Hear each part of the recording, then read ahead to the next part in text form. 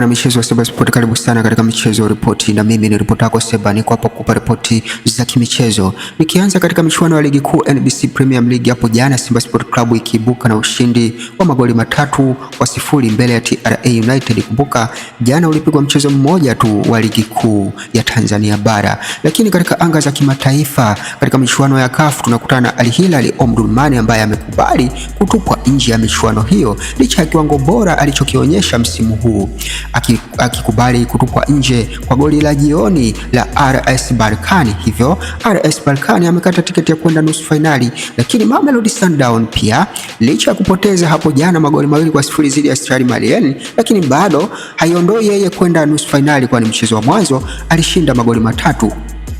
Hivyo basi Mamelodi Sundowns Esperance uso kwa uso nusu finali, huku AS FAR Rabat dhidi ya RS Berkane. Lakini tukihamia katika michuano ya CAF Confederation Cup tunakutana na Zamalek akimtoa AS Otoho kutoka pale Congo Brazzaville, lakini USM Alger akimtoa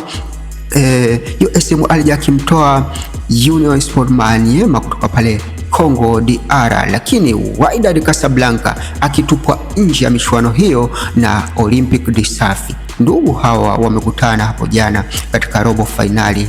Sasa nusu finali ni kama hivyo, Zamalek dhidi ya USM Alger, Olympique de Safi dhidi ya CR Belouizdad ambaye alimtoa Al Masry hapo juzi.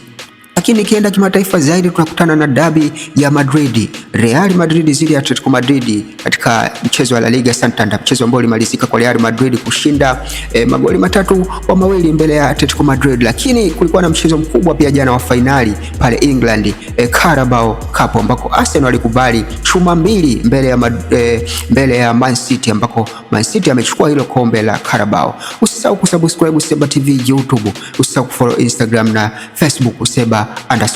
Asante, uwe na wakati mwema.